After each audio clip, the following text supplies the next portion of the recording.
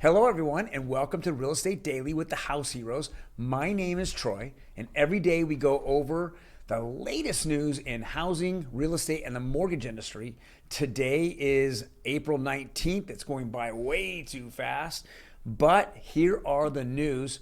First bit here is from CNBC. It says U.S. housing starts unexpectedly rise in March, building permits increase.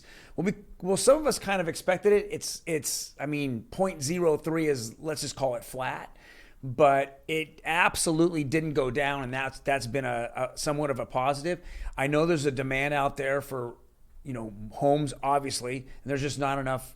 But we're hopefully seeing, especially in the middle America, we're starting to see those homes being constructed again. Materials are coming in, even though they're higher, they're at least coming in, and labor charges are kind of being steady and stable. But on both coasts, whether it be the West Coast or the East Coast, we're just seeing those housing prices on new homes are just so high at this point that it's really slowed the momentum down. In fact, it's almost coming to a halt with that, as well as rising interest rates. That combination is just, and of course, higher property taxes, especially on new builds, have really slowed things down, especially in the state of California, where property taxes are up to 2%, yearly or annually just on that, let alone you have solar that you have to have on every single new build that you're going to make decisions on, whether you own it or you're leasing it. And then, of course, you're having the higher building costs out there, so that those homes are much higher, and the small lots that they're built on. Just a lot going on that a lot of buyers are just more seeking out, homes that are already been built, the resale homes. Next bit of information here is from Redfin. It says nearly 1/3 of homeowners have a mortgage rate far below today's level, prompting some to stay put. And this is for people who are actually moving or wanting to sell their home and move up. It absolutely, the interest rates have really hurt that kind of mindset. It's if I'm rolling in with a 4% or a 3% or a 2% interest rate, all I know is even if I have a ton of equity, I take that equity, I move to the next house. Now I'm getting a 5.5% interest rate or a 6% interest rate. So even though I can move that equity over and get a better home, my monthly payment goes up significantly because the interest rate's up significantly.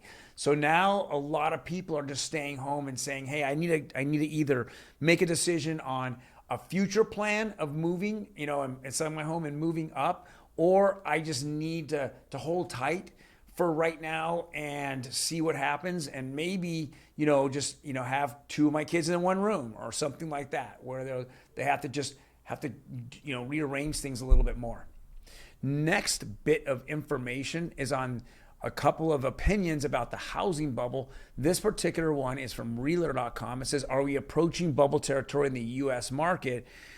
I've read this article, and I've had a lot of commentary on a housing bubble. 2008, 2009, when you would give anyone a loan and you give 100% financing, and then neg am loans, which would mean you would never pay any principal and you only pay part of your interest. So that means every month you owed more than the previous month. Well, yeah, I completely understand there's a bubble there, and people would easily walk away from their homes. They put no money up, or they were just losing money on a monthly basis. Today, it's significantly different. We have, the population has grown, but we haven't had the exponential growth in new homes being built. And because of that, we're just seeing that the buyer pool is just significantly larger than our actual homes. So number one, we have a housing crisis. Number two, the mortgage rates, have hurt things, but the mortgage programs have really helped out. So people have to put down some type of money, whether it be 3.5% on FHA or on conventionally putting 5, 10, or even 20% down. And the majority of those people have enjoyed significant gains in their home in the respect for equity, because the housing market's gone up. So with that being said, even unless there's a significant issue with unemployment, the bubble really doesn't, the bubble argument, I should say, doesn't really make any sense. In fact, it makes no sense whatsoever. Even in the time right now when we are, experiencing 5, even 6.5% interest rates, we're seeing everything being gobbled up, and we're seeing multiple offers, and over asking is just, especially here in Southern California, is the norm. So we're just not seeing that. Nationwide, I still see that. A lot of the constituents that I have or other agents that I talk to, they still see a fairly strong seller's market.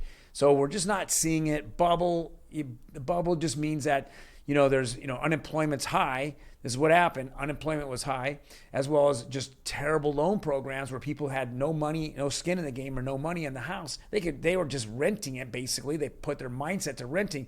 And then they would just fight the foreclosure company, the banks, to get their property back. So they would live in there for a year or two without having paying, the mortgage / the rent. So that's what made sense. We don't see it today. It doesn't make sense. This article doesn't make sense.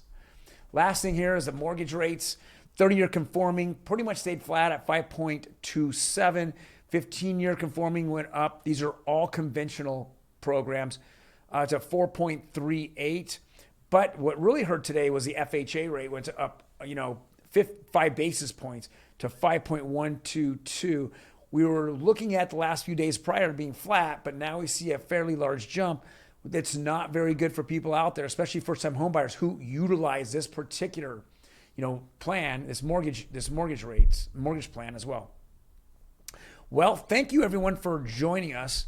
If you like what you hear, hit the like button. Otherwise, we hit that notification button. It tells you what time it drops, and you could actually watch our 5 or 10 minute daily news on mortgage and real estate. If you have any comments, please leave in the comment section, and I will go over that as well and answering your questions. Otherwise, I will see you tomorrow on Wednesday. Take care.